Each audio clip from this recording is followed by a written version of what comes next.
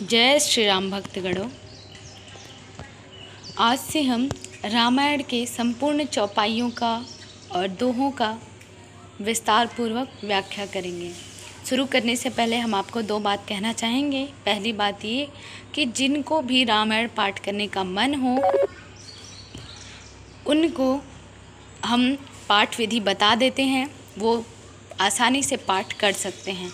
किंतु जिनको रामायण पाठ करने का मन हो और वो पढ़ नहीं पाते हों तो वो हमारे वीडियो को देख करके ही रामायण पाठ का आनंद प्राप्त कर सकते हैं, क्योंकि हम इसमें एक भी ऐसा शब्द नहीं बोलेंगे। केवल जो रामायण में लिखा होगा उसी की ही हम व्याख्या करेंगे। तो अगर आपको प्रतिदिन रामायण पढ़ना हो या सुनना हो तो आप हमारे इस चैनल को सब्सक्राइब कर सकते हैं, क्योंकि प्रतिदिन रामायण से संबंधित श्लोक और दोहों की हम चर्चा करेंगे, विस्तारपूर्वक अध्ययन करेंगे।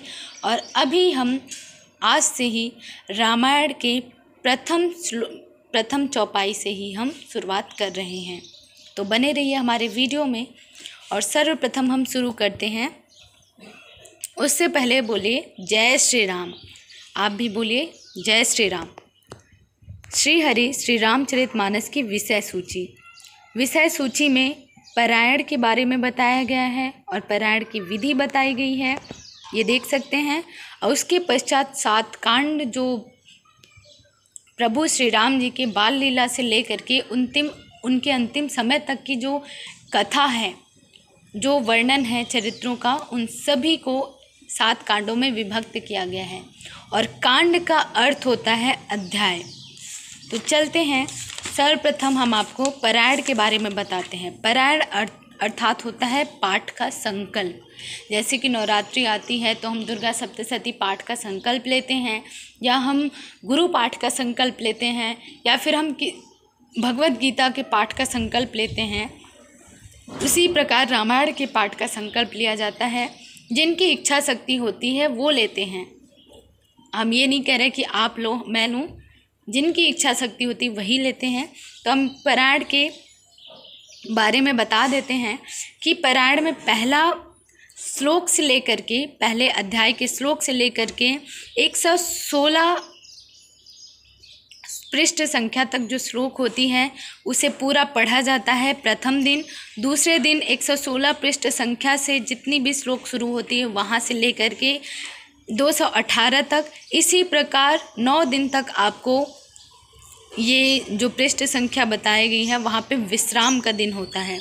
अर्थात विश्राम करके दूसरे दिन वहीं से शुरू करके इस संख्या तक रुकना होता है। इस प्रकार से आपका 9 दिन में रामायण पाठ का संकल्प पूरा होता है। और दूसरा होता है मास पारायण। मास पारायण में पहले विश्राम अर्थात पहले अध्याय से लेकर के 31वें पृष्ठ संख्या तक आपको संपूर्ण चौपाई और दोहा पढ़ना होता है। दूसरे दिन 31 पृष्ठ संख्या से लेकर के 60 पृष्ठ संख्या तक आपको पढ़ना होता है। और इसी प्रकार आपका 1 महीने के अंदर में रामायण पाठ का संकल्प पूरा होता है। और उसके बाद आता है पारायण विधि। जब हमारे पाठ जिसका हमने संकल्प लिया रहता है वो पूरा होता है तो पारायण की विधि आती है। अर्थात जैसे अनुष्ठान करते हैं तो उसकी पूर्णाहुति होती है, वैसे ही पारायण होता है। संपूर्ण पारायण जिसको भी कहा जाता है। तो पारायण की विधि में सभी देवी देवताओं का आवाहन किया जाता है। विशेषता तुलसीदास जी का, वाल्मीकि जी का, शंकर जी का और लक्ष्मण जी, शत्रुघ्न जी का, भरत जी का और हनुमान जी का और श्री राम जी का। उसके पश्चात पूजन किया जाता है, न्यास किया जाता है, ध्यान किया जाता है और उसके बाद हवन किया जाता है। तो ये होता है पारायण। और उसके पश्चात आते हैं हम श्री रामचरितमानस के प्रथम सोपान में। यहाँ से हम शुरू करने जा रहे हैं। सर्वप्रथम राम दरबार की ये झांकी देख लीजिए। अब हम शुरू करते हैं।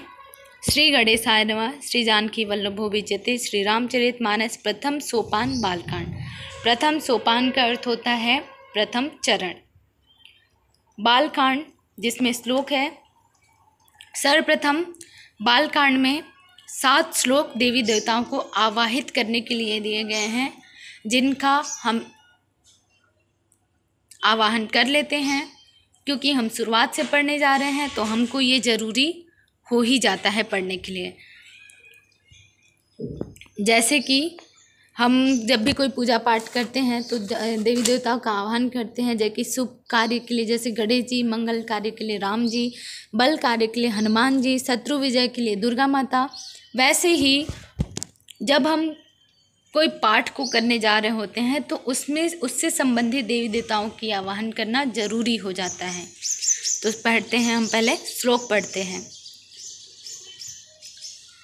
वर्णनामार्थ संघानां रसानां छन्दसामपि मंगलानां च कर्तारो वन्दे वाणी विनायको। अर्थात अक्षरों, अर्थ समूहों, रसों, छंदों और मंगलों की करने वाली सरस्वती जी और गणेश जी की मैं वंदना करता हूँ। भवानी शंकरो वंदे श्रद्धा विश्वासरूपिणो याभ्यां विना न पश्यन्ति सिद्धा स्वान्ते स्थिमेश्वरम। श्रद्धा और विश्वास के स्वरूप श्री पार्वती जी और शंकर जी की मैं वंदना करता हूँ, जिनके बिना सिद्ध जन अपने अंतःकरण में स्थित ईश्वर को नहीं देख सकते। वंदे बोधमयं नित्यं गुरु शंकर रूपिणं यमाश्रितो हि वक्रोऽपि चंद्र सर्वत्र वंद्यते। अर्थात ज्ञान में नित्य शंकर रूपी गुरु की मैं वंदना करता हूँ, जिनके आश्रित होने से ही टेढ़ा चंद्रमा भी सर्वत्र वंदित होता है। सीताराम गुणग्राम पुण्यारण्य विहारिणो वंदे विशुद्ध विज्ञानो कवीश्वर कपीश्वरो। श्री सीताराम जी के गुण समूह रूपी पवित्र वन में विहार करने वाले विशुद्ध ज्ञान संपन्न कवीश्वर श्री वाल्मीकि जी और कपीश्वर श्री हनुमान जी की मैं वंदना करता हूँ।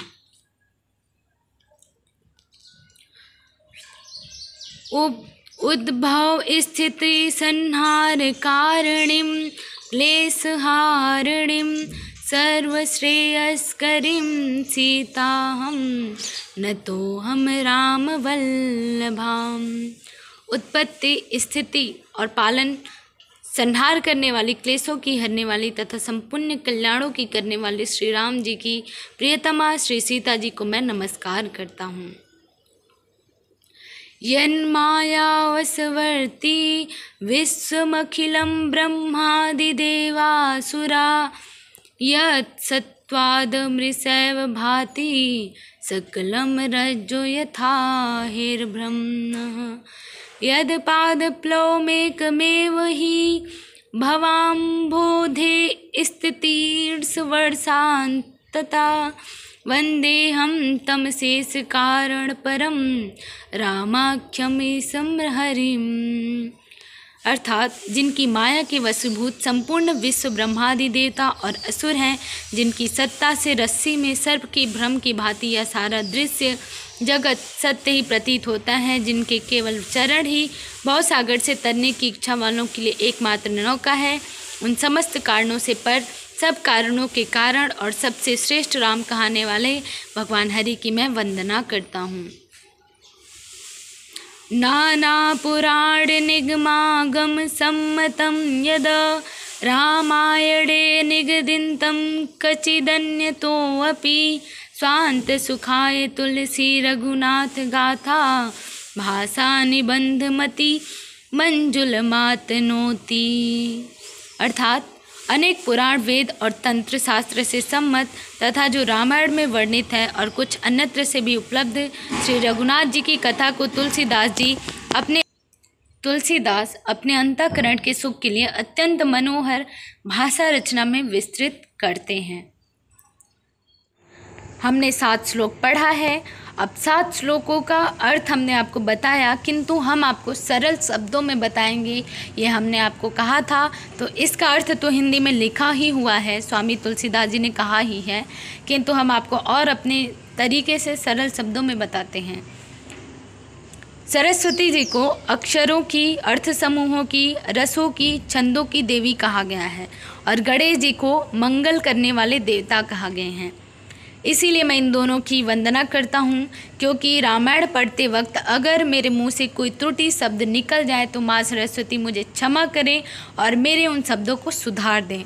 गणेश जी, मैं रामायण पढ़ते वक्त अगर कुछ अमंगल हो जाता है तो उसे मंगल करने की प्रयास कीजिए और अमंगल करने की संभावना कम कीजिए।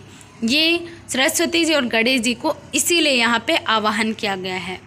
और उसके पश्चात आता है पार्वती जी और शंकर जी, जिनको श्रद्धा और विश्वास के रूप में माना जाता है और उनको पूजा जाता है। मैं उनकी वंदना करता हूँ, क्योंकि श्रद्धा और विश्वास के बिना तो हम ईश्वर को देख ही नहीं सकते और ये ईश्वर की ही चरित्रों का वर्णन किया जाएगा, अर्थात रामचरित ईश्वर की चरित्रों का वर्णन ही है। तो हम अगर श्रद्धा और विश्वास नहीं रखेंगे तो हमें प्रभु श्री राम जी के मनोहर छवि रूपों का वर्णन हमसे अंतःकरण में नहीं पहुंचा जाएगा, अर्थात हम उनका वर्णन अच्छे तरीके से नहीं समझ पाएंगे। इसीलिए श्रद्धा और विश्वास हमारे अंतःकरण में बनाए रखिए। इसीलिए शंकर जी और पार्वती जी को मैं वंदना करता हूँ। और उसके पश्चात आता है शंकर रूपी गुरु की, अर्थात मेरे जो गुरु हैं, आपके जो गुरु हैं, स्वामी गोस्वामी तुलसीदास जी के गुरु हैं, उन्होंने अपने गुरु की वंदना की है कि हे गुरुदेव, मैं ये बहुत बड़ा कार्य करने जा रहा हूँ, इसमें आप मेरा पल पल में सहयोग कीजिए, क्योंकि गुरु बिना ज्ञान नहीं रहे। इसीलिए गुरु रहेंगे तो मेरा काम आसान हो जाएगा। और साथ ही गुरु शंकर जी का रूप है जो नित्य है और ज्ञान में है, अर्थात देख लीजिए, गुरु ज्ञान से ही संबंध होता है, क्योंकि गुरु का अर्थ होता है अज्ञान से प्रकाश की ओर ले जाना।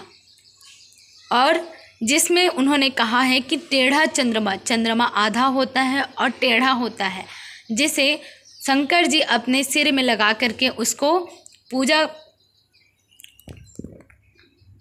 उनको पूजित करवाते हैं। तो वैसे ही प्रभु, अगर मेरे से कुछ त्रुटिपूर्ण हो जाए तो भी आप मुझे संभाल लीजिएगा। इसीलिए गुरु की वंदना यहाँ पर की गई है। उसके पश्चात सीताराम जी का, जो उनके विज्ञान संपन्न कवीश्वर वाल्मीकि जी और कपीश्वर हनुमान जी, अर्थात कवियों में जो ईश्वर हैं, श्री वाल्मीकि जी कवियों के जो ईश्वर हैं वो वाल्मीकि जी हैं, मैं उनकी वंदना करता हूँ। और कपीश्वर यानी कि वानरों में जो सर्वश्रेष्ठ कपीश्वर हैं, कपियों के जो ईश्वर हैं वो हैं हनुमान जी, मैं उन दोनों की वंदना करता हूँ। और उसके पश्चात मैं श्री राम जी और माता सीता जी की वंदना करता हूँ, क्योंकि संपूर्ण कल्याणों के जनक और जननी माता सीता और प्रभु श्री राम ही हैं। मैं माता सीता को वंदना करता हूँ, जो क्लेशों को हरने वाली हैं और उत्पत्ति स्थिति संहार करने वाली हैं, संपूर्ण कल्याणों की करने वाली उन सीता का मैं नमस्कार करता हूँ।